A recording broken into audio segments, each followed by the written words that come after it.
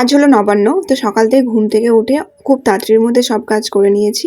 তারপর স্নানও করে নিয়েছি। তো চলো আপাতত পুজোর জন্য জোগাড়যন্ত্র করতে হবে। প্রথমে ভাবছি আলপনাটা দিয়ে নিই। আলপনাটা দিয়ে বাদবাকি কাজগুলো করব। আর এদিকে মা বসিয়ে দিয়েছে কাঠের উনুনে পায়েস। যেহেতু আমাদের পুজোর জন্য আলাদা করে কোনো গ্যাস নেই, নিরামিষ গ্যাস নেই, সেজন্য কাঠের উনুনেই করছে পায়েসটা।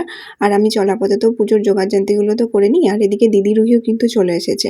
তো নবান্ন প্রসাদ বানানোর জন্য যে ফলগুলো ছোট ছোট করে কাটা হবে সেগুলো প্রথমে ধুয়ে নিই, কারণ সব ফলই কুচি কুচি করে কাটতে হবে, বেশ টাইম লাগবে। তার সাথে আবার নারকেলও করতে হবে।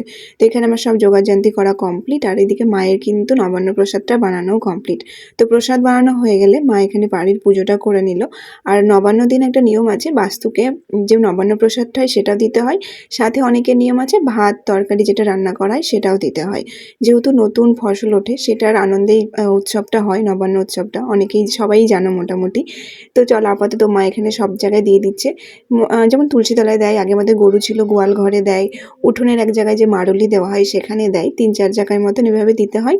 নবান্ন প্রসাদটা পায়েসটা দিয়ে তারপরে প্রণাম করে নিতে হয়।